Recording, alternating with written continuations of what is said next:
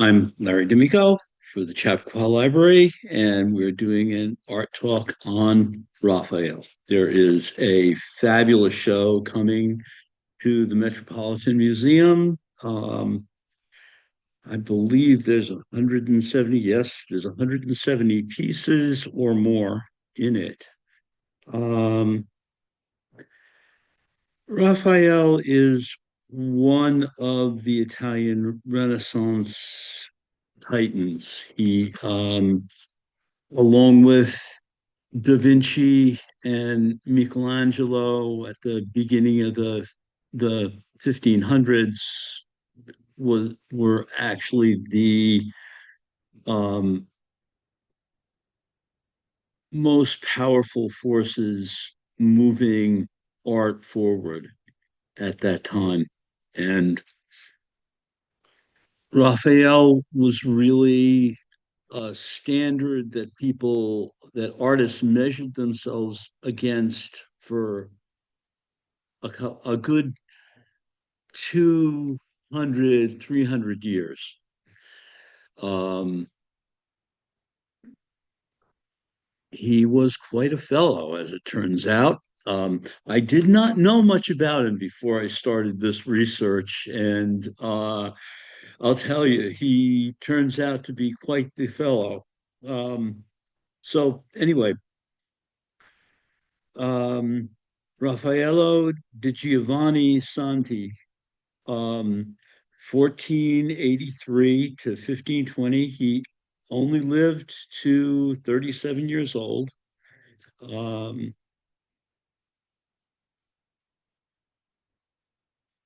he matched ambition with lyricism to create works that are both intellectually hefty and emotionally deep.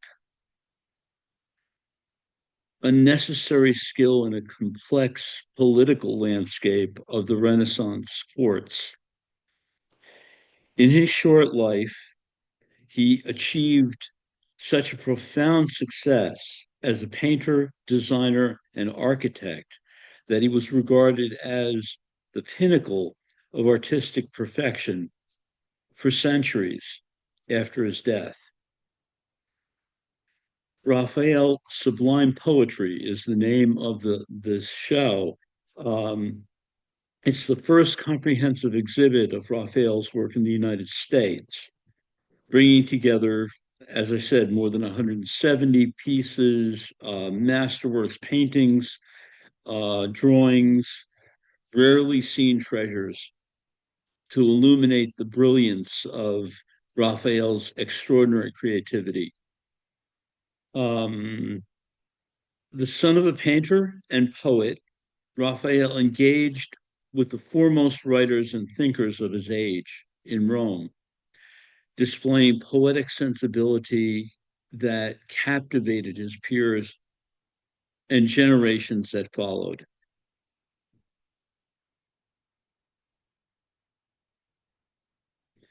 So his origins were in Urbino, um, and then he rose in Florence and finally emerged um,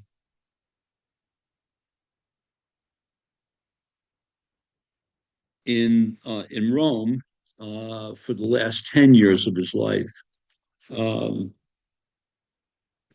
his work is admired for its clarity of form, ease of composition, and synthesis of techniques to achieve an ideal of human grandeur. Together with Leonardo da Vinci and Michelangelo, he forms the traditional trinity of great masters of that period. From all accounts, Raphael was cultured, handsome, talented, good natured, with a sharp intellect. Um, Couple all that with ambition and an intuitive social savvy and the right timing. all add up to a meteoric career. So this is a portrait of Raphael. Uh, and at that point, he would have been in his young 20s. So he grew up in Urbino. This piece on the left is one of his father's paintings. Um, his father died in 1497. Well, let's see. Let me get to that. Raphael's father, Giovanni Santi, was a court painter to the ruler of the small but highly cultured city of Urbino. Raphael's mother died when he was 4, and his father when he was 11. Raphael seems to have played a role in managing the family's workshop from that point. Um, though this stuff gets a little bit murky, and I will say that I go to different scholars to get different stories and get different stories from each one of them. So basically,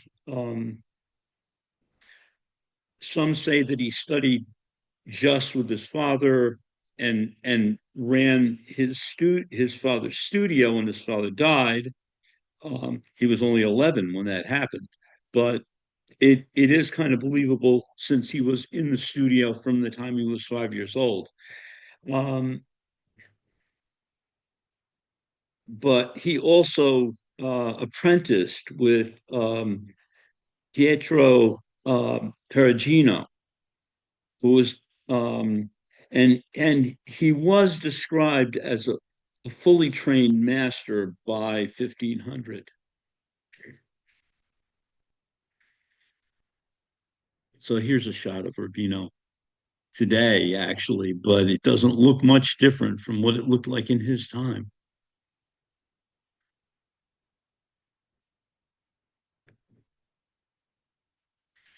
And here is a shot.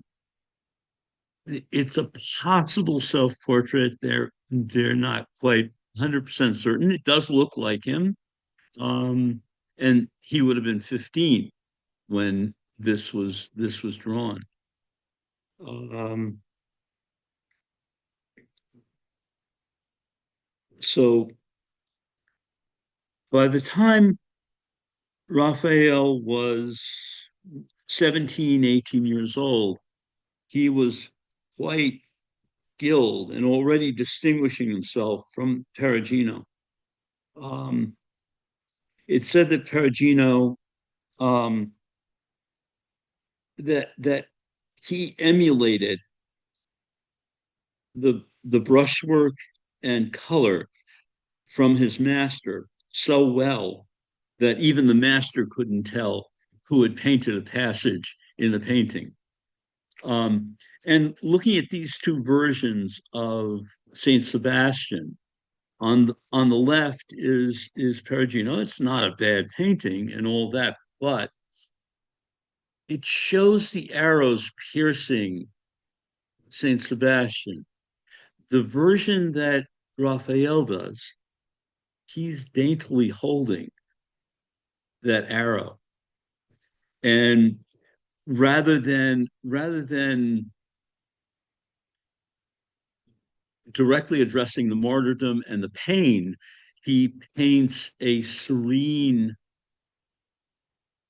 countenance, and it it it's a meditation on Saint Sebastian more than it is on the martyrdom of Saint Sebastian, which is very interesting, and something that holds true in Raphael's work. He there is a tinge of sadness, but there's also this glorification, this sense of transcendence that is inherent in the work.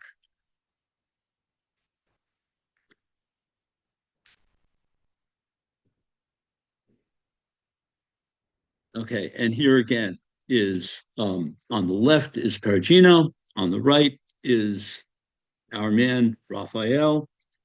Um,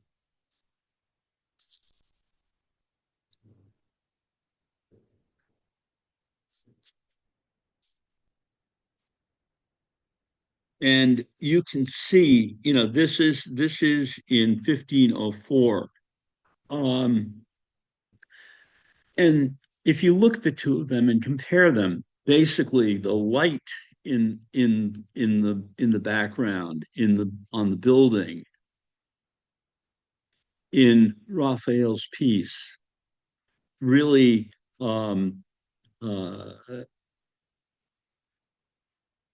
is much brighter in its own way. The articulation in the building is more distinct. Um, and of course, the building is more ornate. But if you also look at the figures in the foreground and look at the gestures and the tilts of the heads, the positioning, and the kind of eye contact that's happening within the Raphael.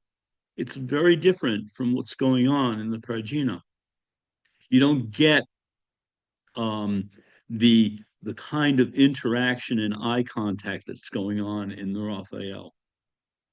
So um, the other thing to bring up at this point is this is an oil painting. It's very early. Um, Oil painting had been going on for a while, but the painters at the time are still experimenting with formulas, still trying to figure things out. Da Vinci was always trying to figure out formulas, and some of it turned out to be a disaster, and some of it turned out really well. Um, One of the things that was said was that Perugino's mixtures actually tended to um, clog and crack. Oh, somebody has a question here, so let me look. Um, what's the building in the background of the marriage? I really don't remember. Uh, it isn't a coincidence that they are similar. One of the questions is, why are they so similar? It was a real building that they were observing, but different take. Good question. Um, and didn't have the answer for it. um, so that was one of the things that I wanted to bring up at this point. Technically, the experimentation that's going on is still very open. Um, okay, so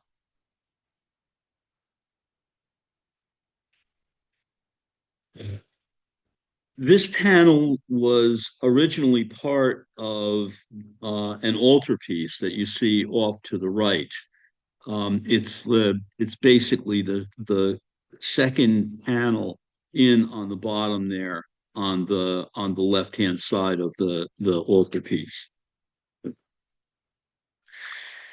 and you can see the the oil paint on this panel, um, and it shows a lot of ruts and marks and things like that. This was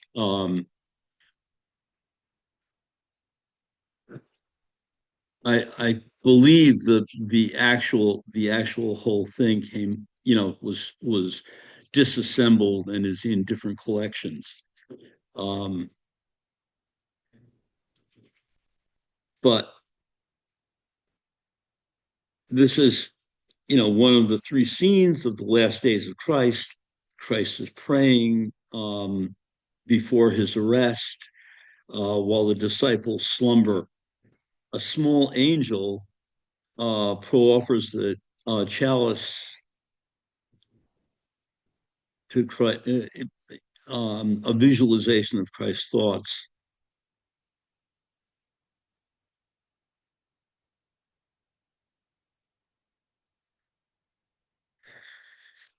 So as I said, the oil paint was a relatively new medium,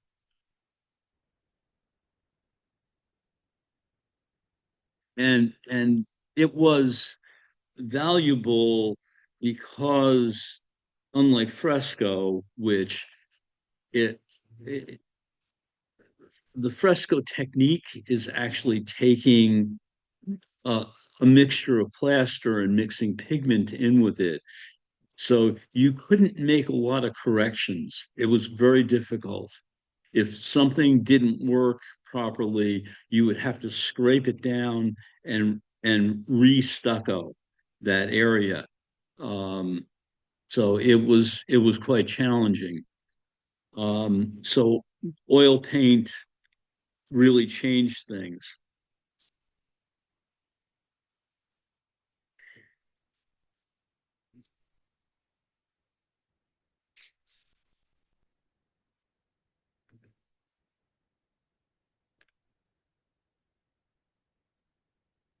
Okay, so Raphael, the two paintings portray um, two of his patrons, a rich fabric merchant, um, a prominent figure. By now, he has moved fully to Florence, and so he's taking a commission from these two. And this is a little like a kind of Facebook presentation. They want to put on their fanciest clothes and get out there and give that impression that they're well to do and all that. Um,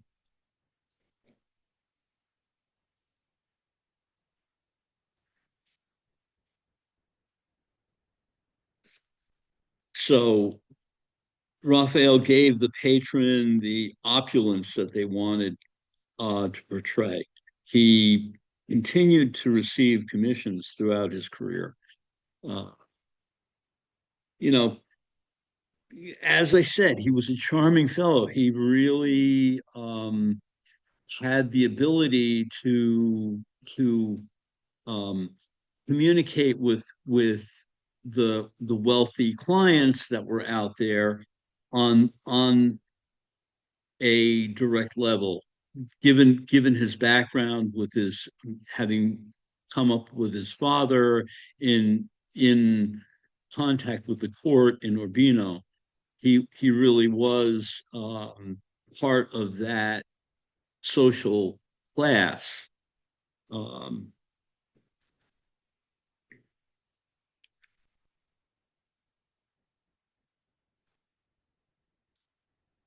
okay, and as a draftsman, he was just remarkable. There are these beautiful drawings, and many of them they're going to have in the show. So what you see here is, on the left, a really kind of conceptual sketch trying to get the shapes down, figure out what kind of position he wanted the figure to be in, and all that. And then on the right, you see a much more developed rendering where he's getting really more specific about what's going on with the architecture and where the how the enunciation is going to look in this particular painting. And by this point, in he's in Florence, so he has a atelier. He's already got people that are painters and craftspeople that are working with him.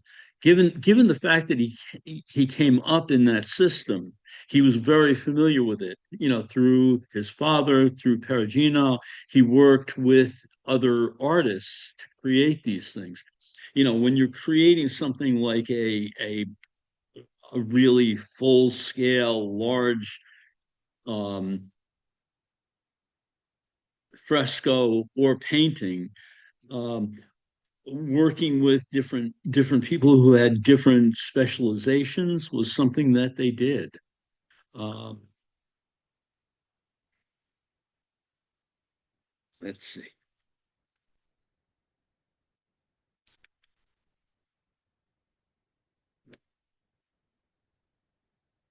So when he landed in Florence, he actually um, befriended, or shall I put that a different way? Leonardo befriended Raphael. Um, he allowed him to come into his atelier, his studio, and see what he was working on. Um, Leonardo was very generous with him as far as sharing, the secrets of what he had developed. His technique was quite original and quite unique. Um, and if you look at these two, basically, um, Raphael adopted this triangular compositional element in the Madonna and Child motif that he developed, and that that stabilization, that stable triangle, is a very soothing thing. It's a very, it's kind of very stable, very rooted. Um, the differences between Raphael and Da Vinci are really clear, even in these two pieces. That dark, mysterious background in Da Vinci, um, the really there is some eye contact between the figures, but it's they're they're mysterious. What's going on here is a little less clear. Um, with Raphael, you've got this beautiful light-filled background. You've got, it's very open, and the interaction between Christ and John the Baptist and Mary are pretty clear. And I drew in this triangle just to give you, basically he really developed that compositional use that Leonardo showed him. There's also things about the painting technique that Da Vinci shared with Raphael. Um, and we'll talk more about that as I get into it.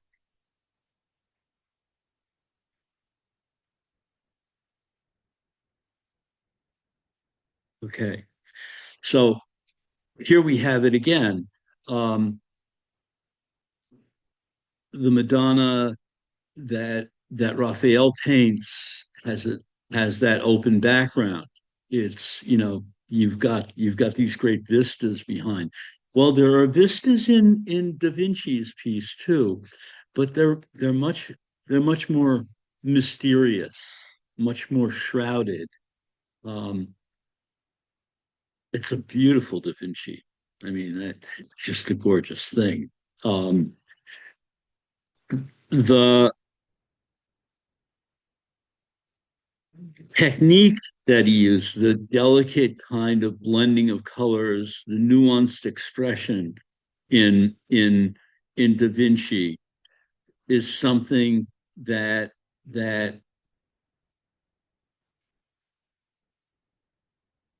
Raphael emulated in his own way.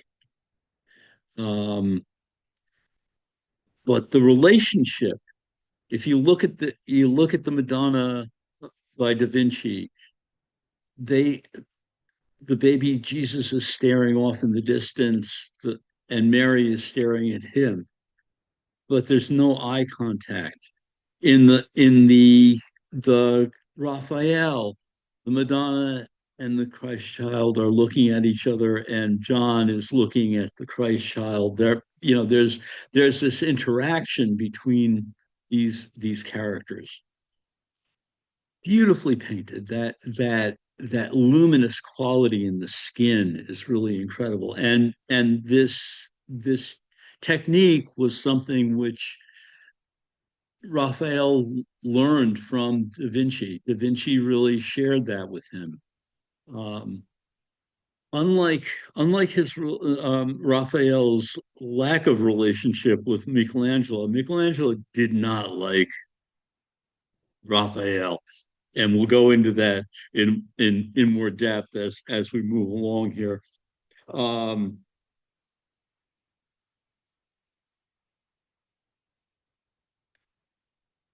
okay,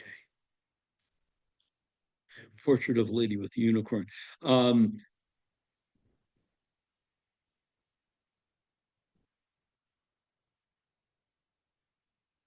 so this actually, um,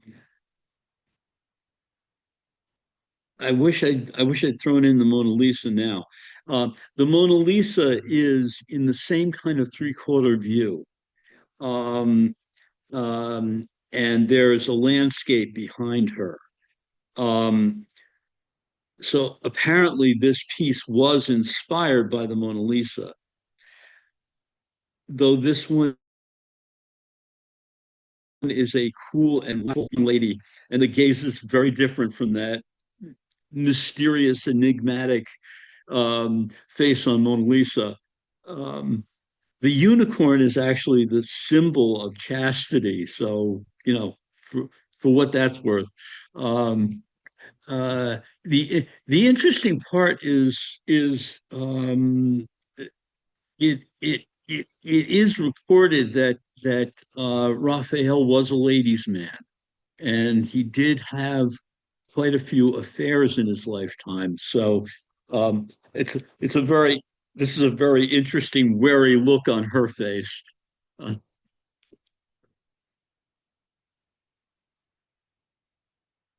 okay. Um,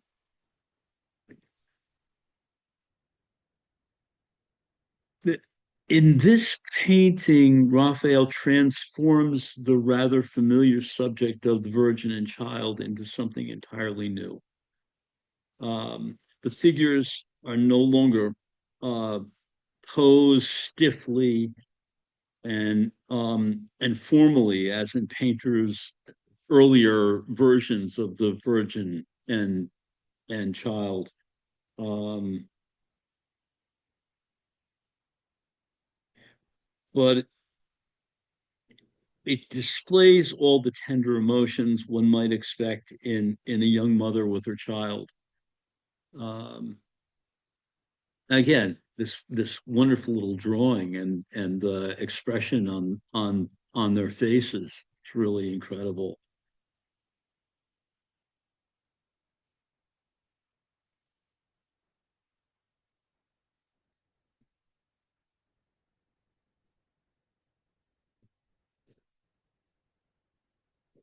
Okay,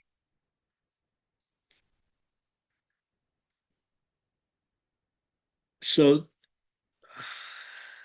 this piece is a blend of serene devotion and dynamic but graceful movement.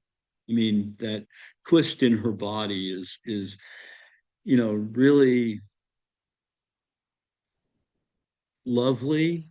The use of color in the garments that she's wearing, um, and um,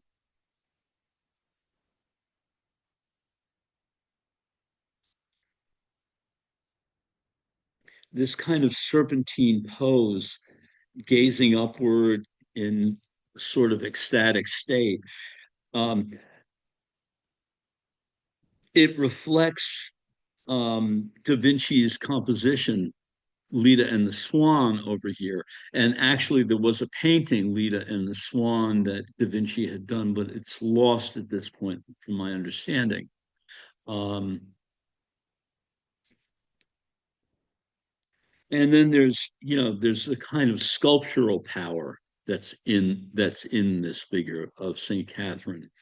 Um, it's almost like Michelangelo's volume in this piece. Um, one of the things I'm going to go back to is Raphael was a synthesizer.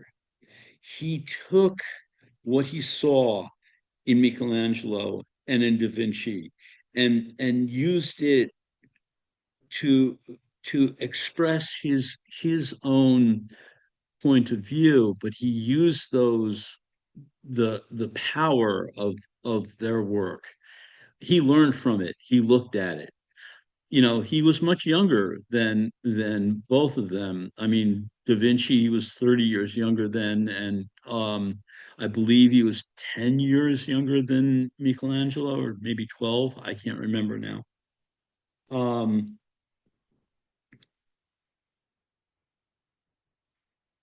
but he has already far surpassed Perugino, his mentor. Um, So eh, you see her leaning on this wheel.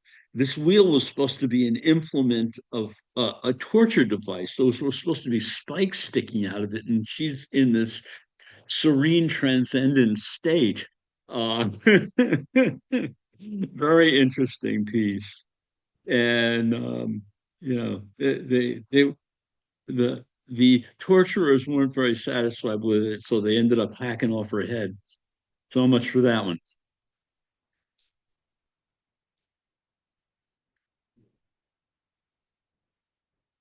Okay. Um,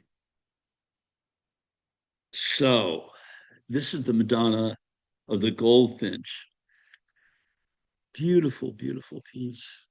You know, um, great turns in the composition, the body language between the two children.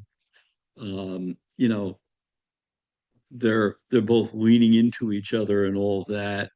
Um, and that serene look on Mary's face.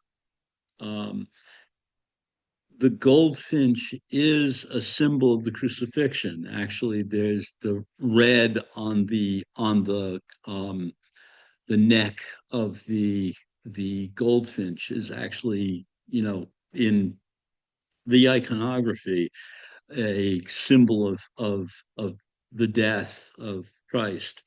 So it's interesting seeing the two of them playing with the goldfinch like that.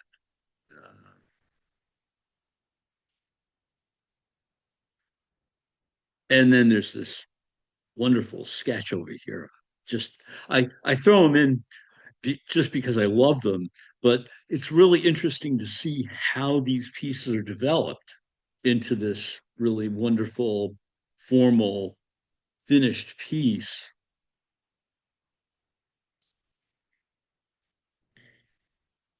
And we're going to explore more about this. So here's a close up of the goldfinch and the interaction between the two children and this gorgeous portrait.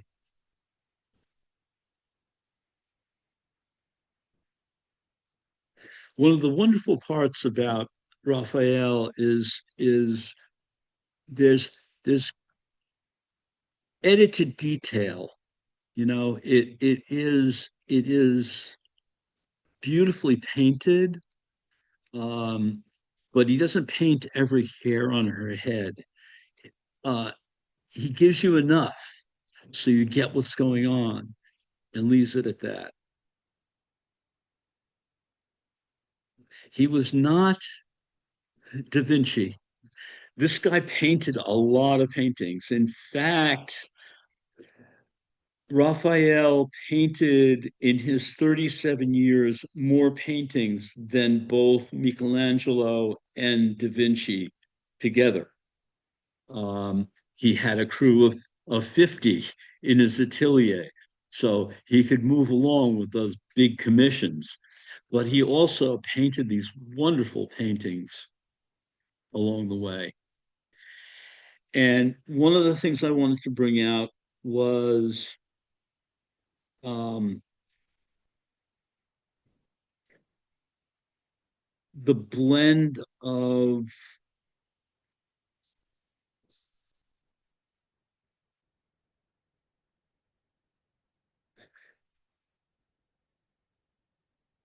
the golden section, the curves, um, kind of reinforce the stabilizing and grounding triangle in the composition. Um, these Madonna and Child images are peaceful and meditative. Um, the golden section is in um, antiquity. Basically, the Greeks, the Egyptians. You find it in architecture and in sculpture, and in the paintings. Uh, so basically, let me go back a second. Um, Frau Angelica, no, no, no, no. Let me take that back. Um, Della Francesca was actually one of Perugino's teachers. Della Francesca wrote a treatise on the mathematical structure of painting and of nature, and drew that parallel. And the golden section is actually the kind of embodiment of that.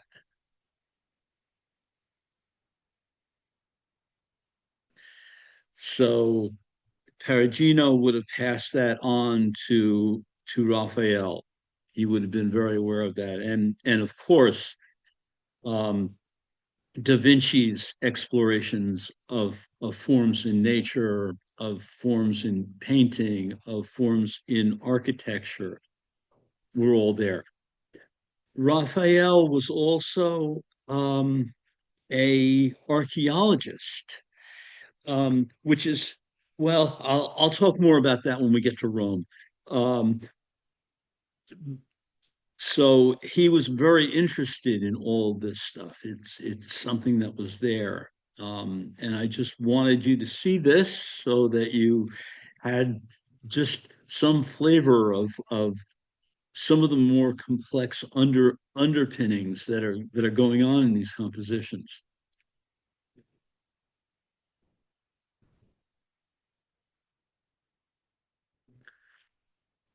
Okay, so this is a major painting. It was let's see.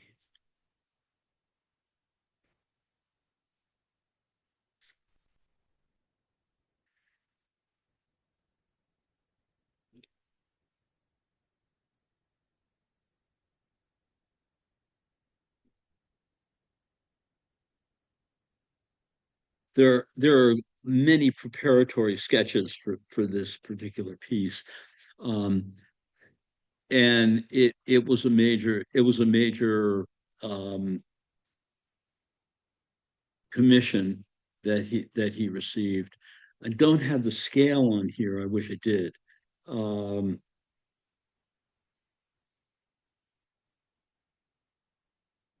but one of the things that I wanted to point out in this is actually that the gesture of that arm that's dangling down, and in the sketch and in the painting, mirrors the Christ's arm in Michelangelo's Pietà.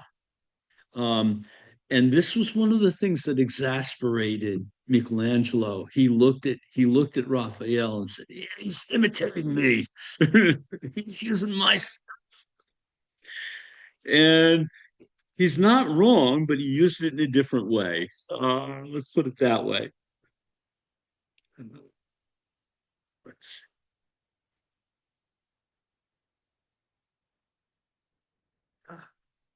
So here's the Pietà that I was speaking of, and you can see the arm on the drawing in the lower in the lower left really looks a lot like the Christ's arm in the Pietà.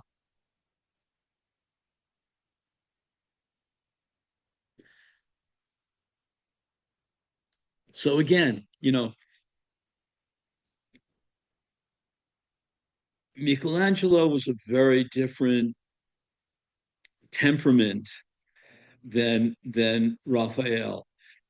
Raphael got a lot of commissions because he could get along with people, and Michelangelo was dicey and tough and ex, a wonderful painter and a great sculptor, um, expressive, powerful. But Raphael had this beautiful, gentle quality in many of his pieces, though they could be very powerful and emotive in their own way.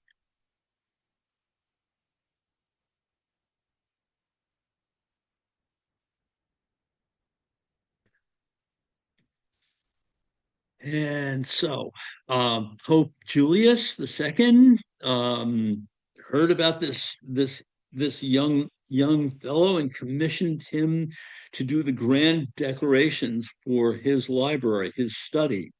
Um, these were huge, ambitious projects at the same time as Michelangelo was at work in the Sistina. And it is said by some of the scholars that I've listened to that Raphael snuck in there to get a look at what Michelangelo was up to at that on that ceiling.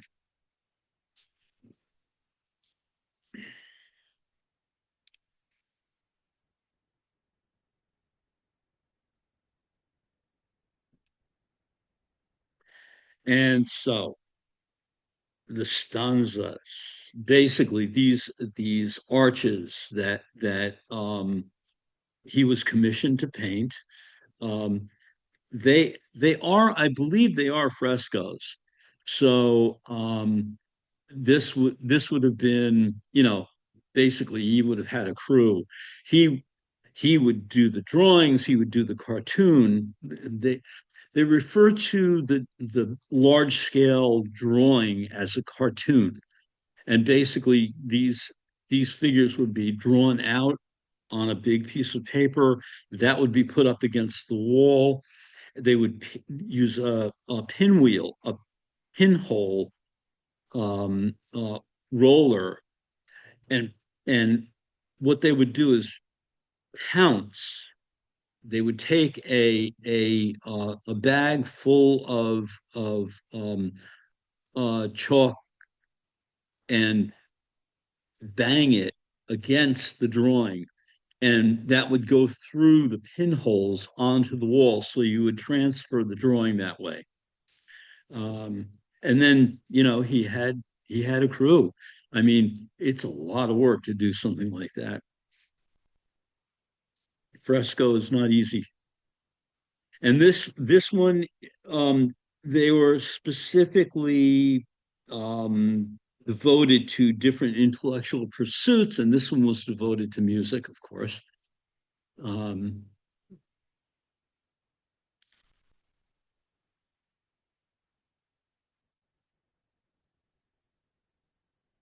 I'm not gonna go through all of these, and to talk about the School of Athens all by itself would take an hour. We're not doing that because I got a lot to get through, and I want to keep going and keep this within an hour. So, um, but take in what's going on here. This composition is incredible.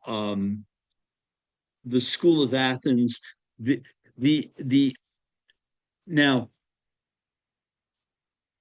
Raphael was an architect, but he also worked with um, um, Giuseppe Bramante, who was the architect for um, St. Peter's, which was still being um, built, extended um, at that time. So Bramante helped him with the architectural elements in here.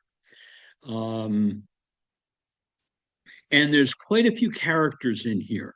So I'm gonna do a little bit of a close up, and we'll look at a few of them, and I'll talk a little bit about this. Oh, this is the kind of underlying structure.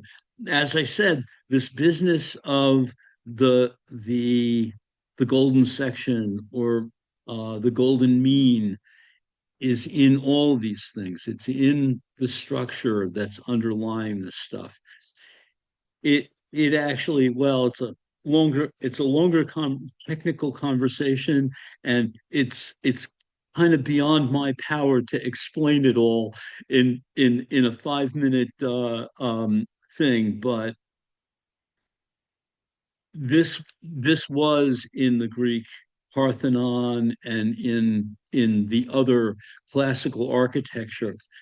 So as I said, he was drawing from Raphael was drawing from the ancient ruins that that were throughout the outskirts of the city. In fact, Rome was much smaller than it was in antiquity. So there were many buildings, many wonderful palaces that had been built that were going into rack and ruin, that had murals inside of them, and um, great architecture and all of that. And as a kind of historian, he was very interested in those, and he would actually go and explore the ruins and come up with ideas from looking at things that were painted in those ruins, or the sculptures that he would find there, things like that. Very interesting stuff. But that's a whole other story. We'll move on. And I'm going to close in on some of these figures, and we'll talk a little bit about that. Okay, so here's in the dead center of the School of Athens is Aristotle and uh, Plato. Aristotle is on the left with his hand down. I mean, on the right, excuse me, on the right with his hand down, representing the attachment to the senses, to the earth. And on the on the left is Plato, pointing to the sky, pointing to the ethereal, pointing to the idea, the thought form. Um, and in fact, if you look at the self-portrait of Da Vinci and you look at Plato, there's a real resemblance there. Uh, so Raphael was saying something, and buried in all those figures that are on that stage is this little head down here in the middle that is actually Raphael. He's kind of peering out from a group in the middle. Um, Michelangelo is actually in the foreground. If you look, let me go back. You look, he's right here in the middle, dead center. Um, so Michelangelo may not have liked Raphael very much, but Raphael acknowledged him as a brooding master. And you can see the physicality of the model that he used for Michelangelo. Okay, I'm going to keep moving now. Um, this Madonna is particularly elegant. Um, Jesus, Madonna. Jesus and John again. It looks sublime, relaxed, at peace. The shapes are beautiful. But if you examine the position that Mary is in, it is more or less anatomically twisted all over the place. Look at how far she's got to twist around to have her head sticking in that direction and her arms sticking out that way and her body sticking in the other direction. It's really kind of a twist, and she doesn't look like she's in any kind of pain, but it's something which is consistent in a number of the Madonna and Child pieces that Raphael did. He he knew anatomy, he used it, but was not a slave to it.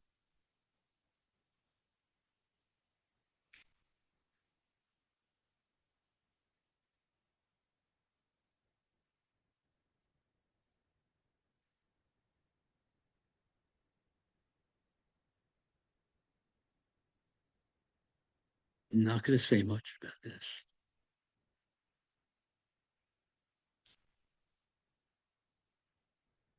Uh, and this drawing just sort of emerges out of the paper. He was such a great draftsman. Okay. Um, the Sistine Virgin, the Sistine Madonna, um, it is kind of her bringing the Christ into the earthly realm. And there's the whole blend of spiritual devotion with human emotion. Her descent from the clouds toward the viewer, flanked by the saints. Um, it represents, um, from my understanding, the vision of Mary interceding for humanity. These big swaths of color that are in there in the robes and all of that, and these two angels at the bottom, they're really they're something.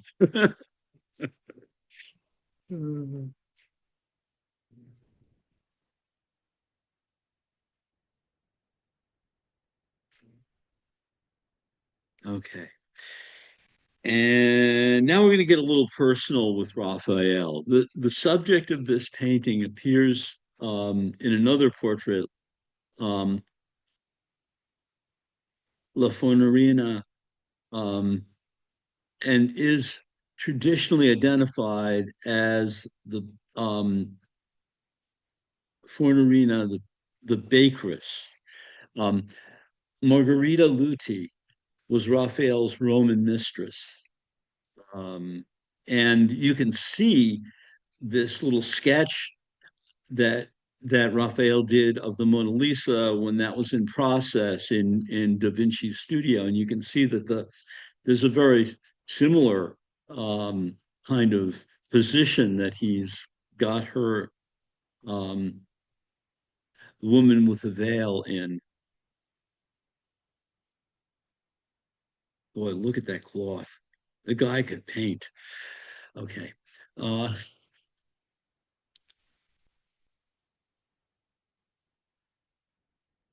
but this was a really daring version. We're talking about 1518, 1519.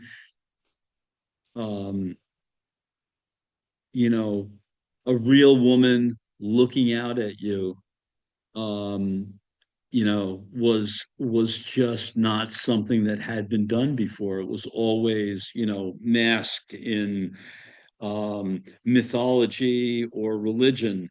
Um, and this is, a real honest to God person.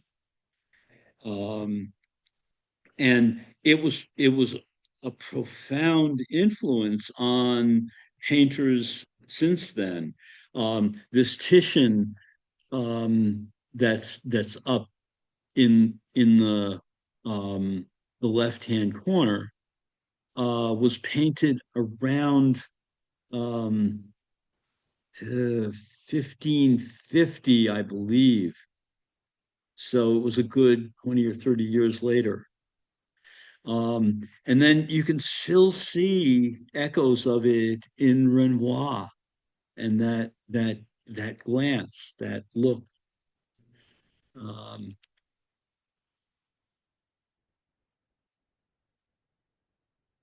to say nothing of Ang. Ang loved our man. He thought Raphael was the greatest, and the whole relationship between Raphael and his mistress was the subject matter of five different versions of this painting. And if you look at this, she's sitting on his knee. He's looking over at the painting that we saw in the last slide.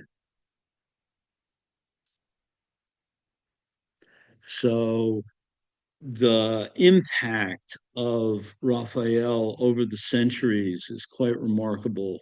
Um, he was looked to as the standard to paint to.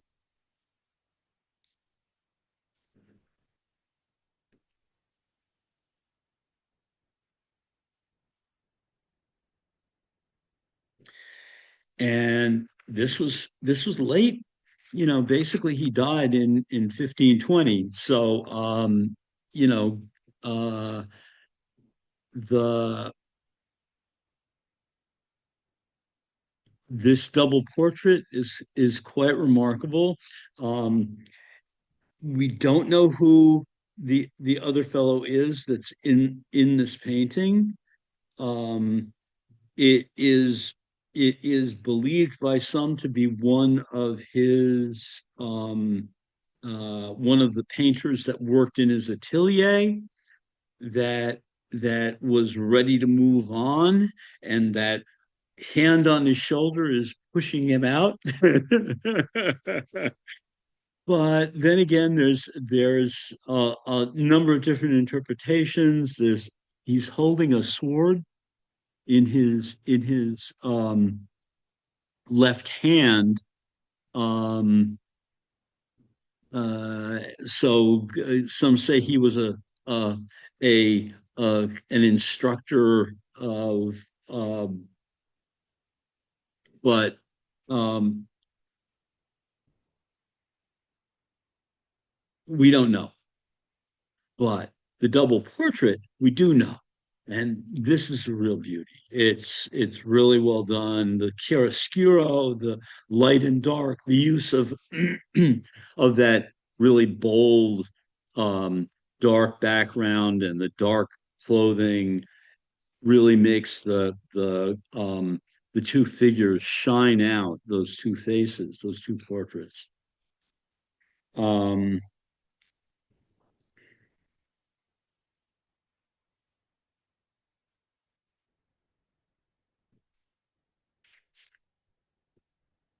let's see.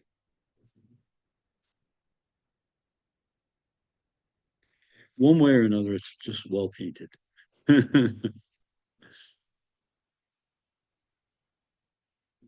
If anyone has any questions, just ask. Um, the ecstasy of Saint Cecilia. Again, this is one of those things celebrating music and all of that. This little celestial band up there in the sky.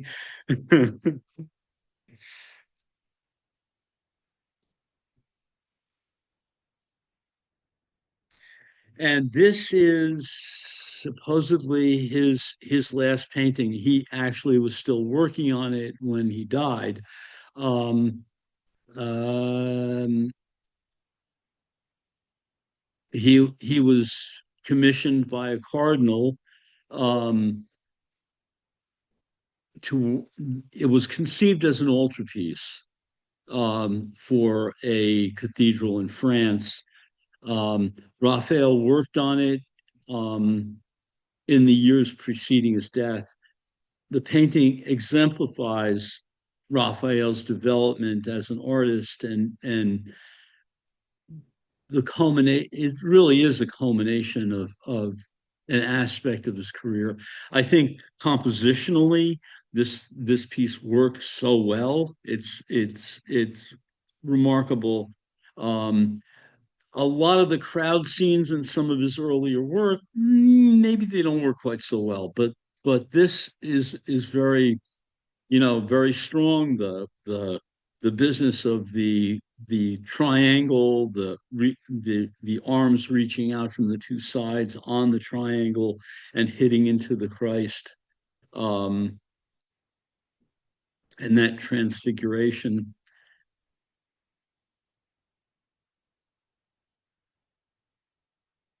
Pretty interesting stuff as a painting is concerned. Um, so let's see. If anybody has any questions, just pop them up. There is a really good YouTube that I saw. It's a couple of hours long. It's called Raphael, a Mortal God. It's on YouTube, so you can tune into that.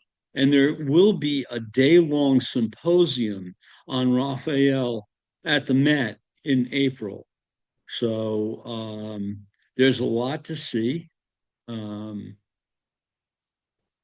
and that's it. Thank you all for coming.